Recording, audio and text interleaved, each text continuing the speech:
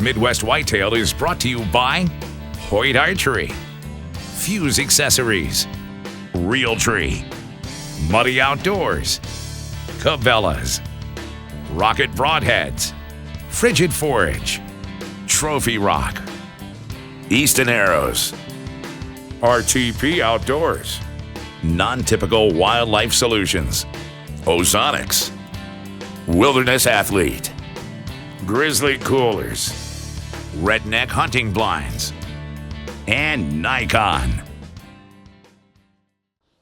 Welcome to Midwest Whitetail. On today's episode, I'm going to put together the Double XL, which is one of the 2017 bows from Hoyt. And I've got a long draw length, and that's one of the challenges that I always face, is trying to find a bow that will make my draw length. The bow I hunted with last year is the Nitram 34. So this is the one that's going to be replaced. I'm not going to take this one completely apart. It's going to remain as my backup bow. So I like to have a backup. Let's go over what I've got. Double XL. This is the whole outfit of what's going to make up my shooting system this year. We've got the Spot Hog Keaton release. The fuse accessories that are going on this bow include the Cybex XT, which is a fixed pin sight. And I like a 5-pin fixed pin sight. And my reasoning relates to the fact that the game animals are often moving. You don't know the exact situation that's going to occur from the time you hit full draw until the time you actually shoot. So having fixed pins gives you a lot more flexibility there. The Ultra Rest is the rest of choice. At least it's my rest of choice. The thing I like about it, you can flip it up, which holds the arrow in place. So once it's up, the arrow can't bounce out because it's got a little retainer on top, but you still get the full benefit of the drop away function. So at the shot, boom, the rest drops away and you don't have any contact between the arrow rest and the vanes of the arrow. A new product, the Carbon Torch from Fuse, is going to be my stabilizer of choice. This one has, in fact, let me take this one out and look at it real quick.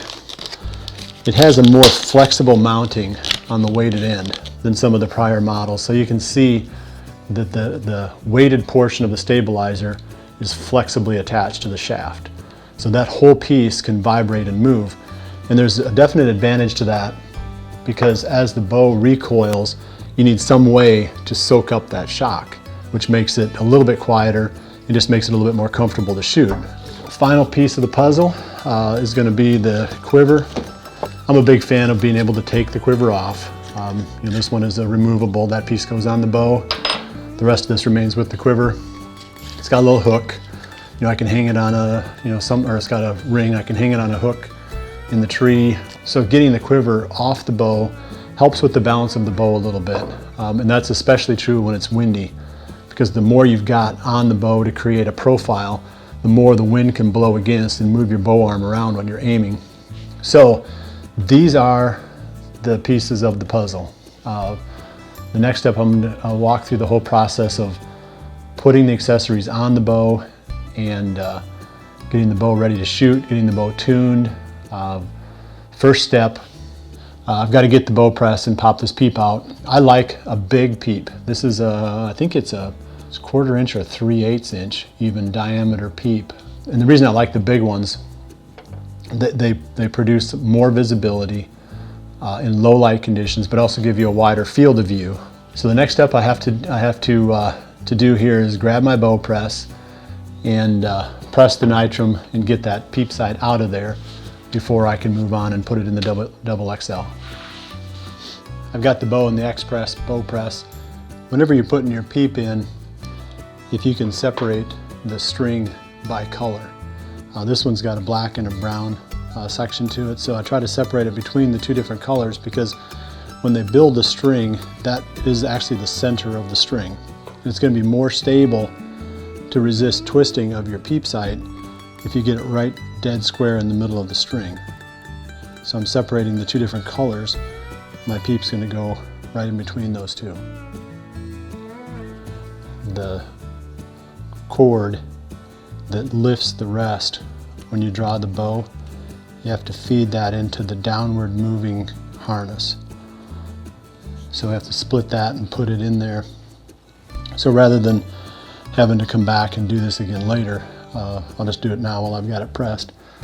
So if you look at it when you draw the cam, you can see which one is going to be moving down. Nothing special about this. I'm just going to split it anywhere in the middle and put that cord through. So basically now I've got all my press work done on this bow. The only thing that remains is when I go to fine tune that peep sight rotation, I'll have to press it again. I've done all my press work. So my next step now is going to be attaching the ultra rest, the fuse ultra rest to the bow. And there's definitely a perfect amount of cord that you have coming out of the rest that goes into the downward moving harness.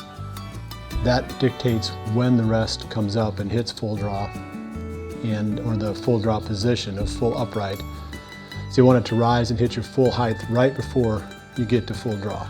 So you got maybe an inch or at the most 2 inches of draw on the string while the rest is in the full upright position.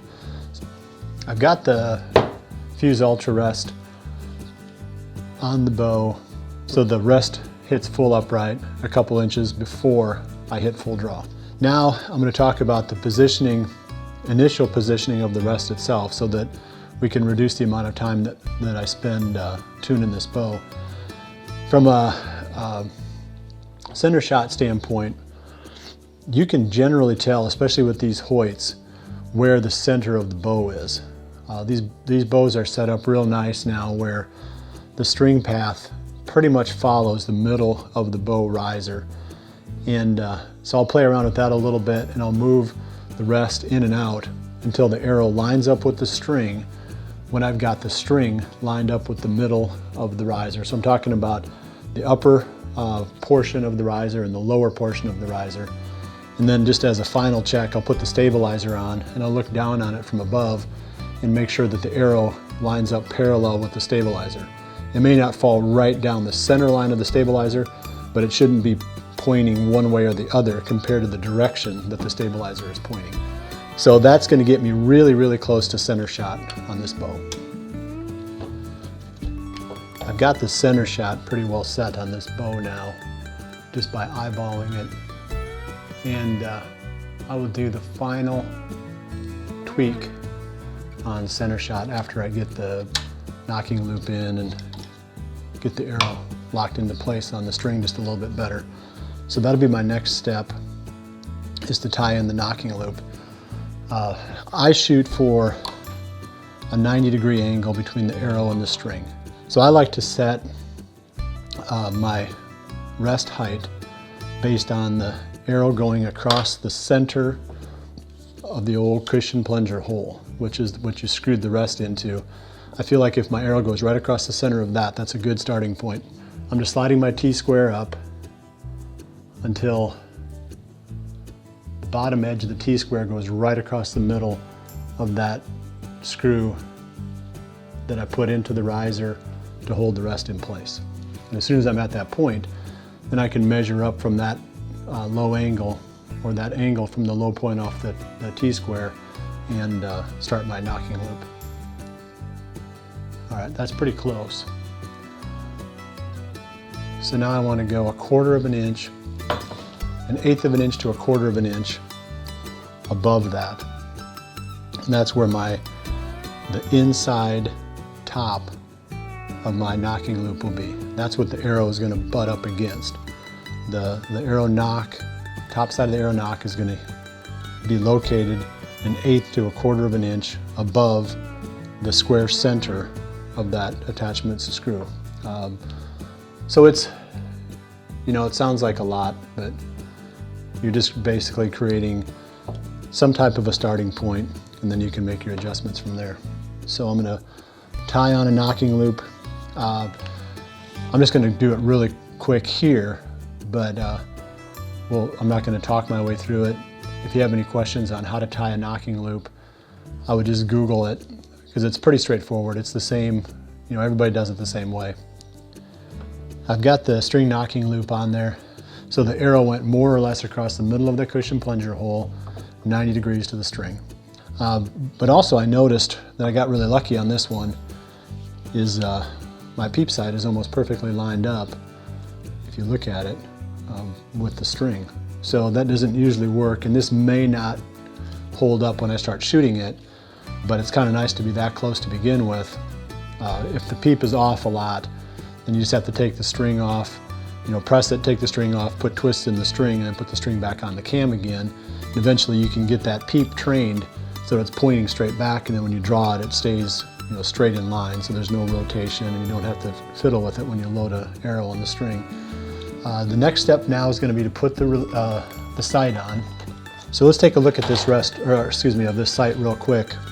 I like a sight with a bubble level. One thing I've discovered over the years shooting from a tree stand, when you bend at the waist, it's real easy to bend forward also. And when you do that, of course, your bubble is going to show you that your bow went from being vertical to being canted, and that's going to make your arrow hit to the right. The longer the shot, the bigger the difference that's going to make.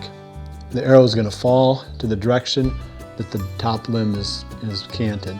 This one's got a lot of micro adjustments on it to be able to tweak all this stuff, just click, click, click, and move things, you know, in just small increments.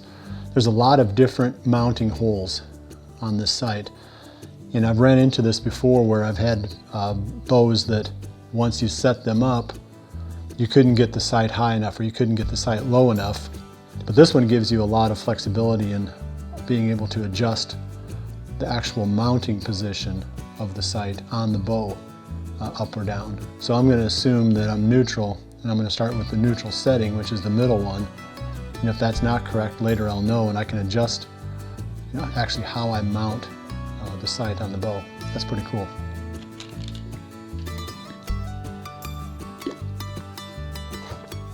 I've got this bow pretty well set up now. I'm sure there's going to be some fine tuning. There was a couple of set screws I need to put in, and, you know, make some final adjustments here and there, trim off the cord for the drop-away rest. But I'm at a point now where I can go out and shoot it. That's always an exciting time whenever you put a bow together, to go out and take that first shot. I've never shot the Double XL.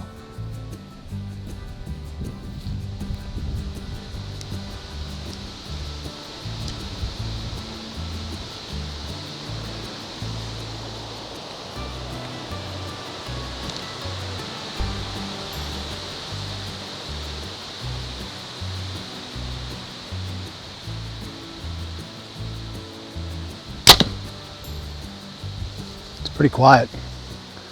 That's the first thing I noticed right away.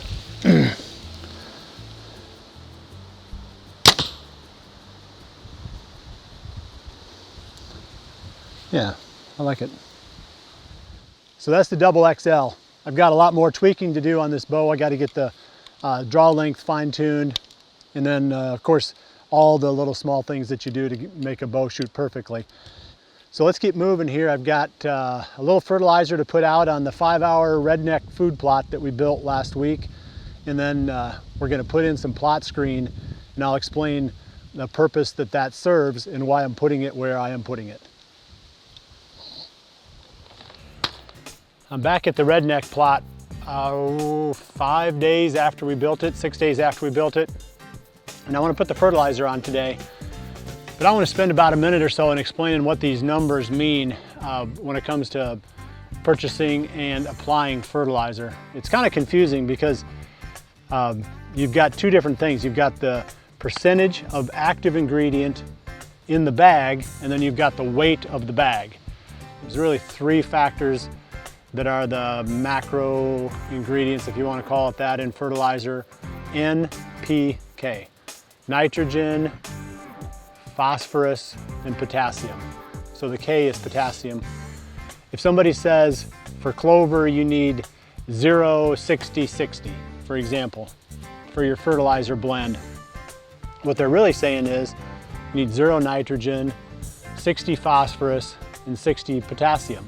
But what is 60? What does that really mean? What it means is 60 pounds per acre of active ingredient. So now we come back to the bag, and this is a 16, 24, 24. This is a 50-pound bag. So 6% of this 50 pounds is nitrogen, 24% is phosphorus, 24% is potassium. So if I'm trying to get 60 pounds per acre, obviously you got to do some math to come up with that. We need to know how big the plot is as well. And I'm going to say this is about 1/3 of an acre. So if we put all 100 pounds on here, which has the basic equivalent of being 300 pounds on 1 acre. So we're putting 2 bags of 50 pounds each on 1/3 of an acre, would be like putting 3 times that much roughly on 1 acre. So that's the rate that we're applying. So we got 6, 24, 24. So let's multiply those by 3. So we're putting 18 nitrogen, 24 by 3 is 72. So we're putting 18, 72, 72. So I'm hitting my 0, 60, 60. And granted, I've got some nitrogen in there, which isn't gonna hurt me because there are brassicas in here. And it's not as if the clover and the alfalfa won't work with a little bit of nitrogen added too. But that's not what they're really looking for. They're looking for P and K, the clovers are. Hopefully that makes sense. I spread it as fast as I can with the fertilizer, or with the over-the-shoulder spreader. Just open that baby up as wide as I can and get the stuff out. There's no real delicate way to do this, unfortunately. You know, there's other things you could use, like a ATV pull-behind spreader, or even a push spreader like they use on lawns. But this is what I've got, so this is what we're going to use today.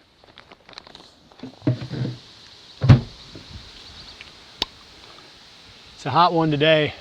95 degrees, high humidity. I'm trying to get this project done today because there's supposed to be a thunderstorm this evening, tonight. And if I can get some rain on top of the fertilizer that I just spread on the redneck plot, and then on the project I'm doing next, that will really kick those going.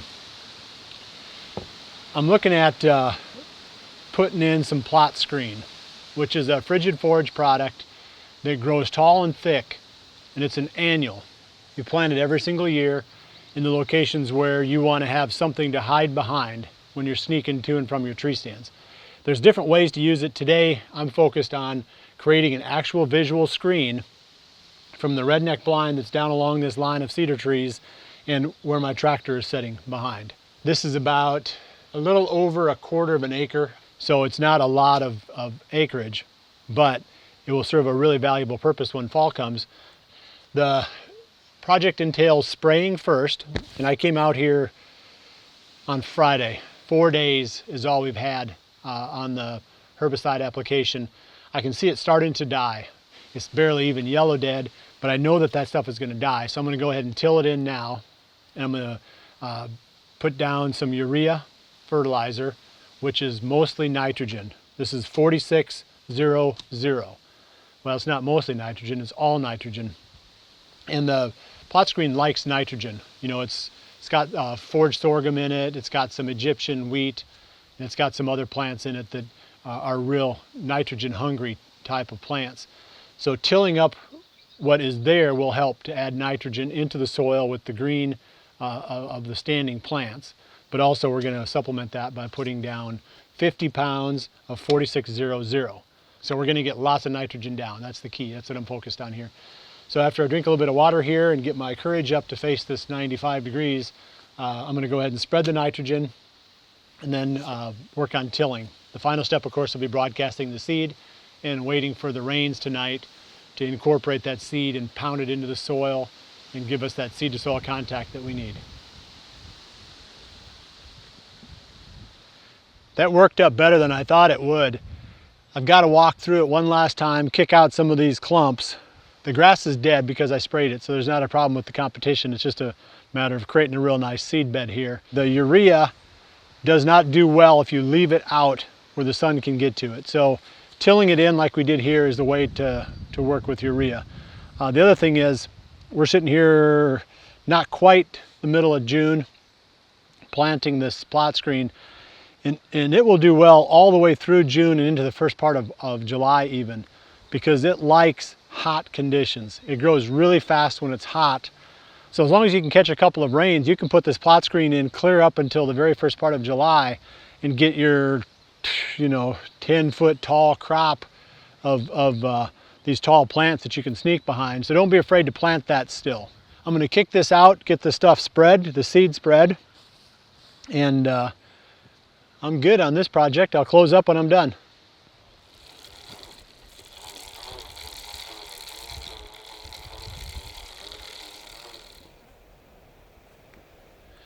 Well, that wraps up my plot screen project for the day, and it wraps up the Midwest Whitetail off-season for 2017.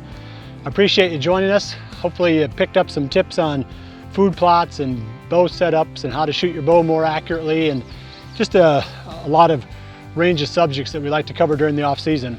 Like I said earlier, we'll be coming back again the 3rd week of August, and that's when we really start diving into the hunting season. The final preparation for the season. We'll take you through the bucks we saw during the summer, really get the ball rolling again. So appreciate you joining us this year for 2017 Midwest Whitetail off-season, and we'll see you right back here again the 3rd week of August for the next episode of Midwest Whitetail. And remember to always dream big.